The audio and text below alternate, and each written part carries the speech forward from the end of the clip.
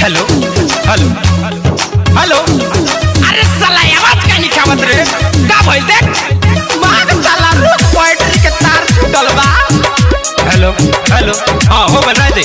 Hello अरे ये चच्चा, ए भैया, ए काका, अरे मरते हेने आवा हेने होई ना देखा हो आ गईनी। अरे आवा आवा जल्दी आवा। सुना भाई बाबे कोनो बीमारी चाहे रोग माला जारी सारा कोई के उपाय जदी गोइल बड़ा हारी। अरे ये काका इधर आइए इधर। अरे डूकावा चली बाबे कोनो बीमारी चाहे रोग माला जारी सारा कोई के उपाय जदी गोइल बड़ा हारी तब चिंता ना आप कीजिए। मेहरबान कदरदान शहरबान खानदान पानदान थूकदान आगे आपके शहर आपके गली आपके मोहल्ले आपके चौराहे पे बेतिया का मशहूर दवा विक्रेता। तो देर ना कीजिए, खटमल खटिया में हो या पाट पटिया में या कुर्सी टेबुल में उड़ीस हो गया हो, दवा हमारे प्रचार गाड़ी से लीजिए। आइए अरे बजाओ रे। दवा हमारे प्रचार गाड़ी से लीजिए। अरे दवा हमारे गाँव ना रे। अरे रुक साला का होता नहीं गाँव जल्दी। अरे दवा हमारे प्रचार गाड़ी से लीजिए। आइए महाराज आइए, चूहा खटमल उड़ीस मारने का दवा हमारे प्रचार गाड़ी से लीजिए।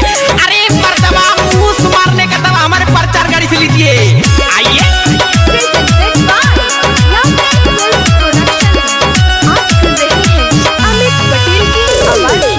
छाने में दुख सब ले ली विदाई, हवे बाबा रामदेव के दवाई। अरे बाबू देख तो काहे 2 महीना से हमारा पिछवाड़ा खोजुआता। छाने में दुख सब ले ली विदाई, हवे बाबा रामदेव के दवाई। जदी जर पावे पेट खा के देखो टबलेट कम करेला बहुत बाकी महंगा बरेट भले पैसा भी कमे दीजिए। गोड़ से उठल नहीं जात, पैर से बैठल नहीं जात, लात से चलल नहीं जात। अरे ये टक्का हगुआउनी खजुआउनी दिनाए खबसी हो गइल बा, कलकल हो गइल बा, वो भी दवा हमारे प्रचार गाड़ी से लीजिए। आइए अरे आवो ना मर्दे, खैले बड़ो तो खा के ले जाना, तो चिट्टी कौड़ी गला के ले जा। आवो अरे दवा हमारे प्रचार गाड़ी से लीजिए। आइए अरे दवा हमारे प्रचार गाड़ी से लीजिए। अरे दवा हमारे प्रचार गाड़ी से लीजिए। अरे भैया अरे होई ना दवाई देखो होई। अरे मर्दे घूसे वाला बा, आ पूते वाला बा, आ चूसहू वाला बा, आ लीलहू वाला बा। अरे मर्दे कुछ औरी मत समझियो, टैबलेट औरी लोशन के बात करतनी। लागी ना भूख तब रहब भूखाइल, ऐसन दवाई बानी खोज के लिए आइल। अरे रे बाबू कोरोना के दवाई बका। अरे लागी ना भूख तब रहब भूखाइल, ऐसन दवाई बानी खोज के लिए आइल। अवले जा चटपट काम करी झटपट, जदी चाही नहीं तो है आगे बड़ा फटाफट। अब टाइम ना पास कीजिए। ये देखिए सांडे का तेल। जी हाँ मेरे दोस्त, सांडे का तेल। तेल एक कारनामी अनेक।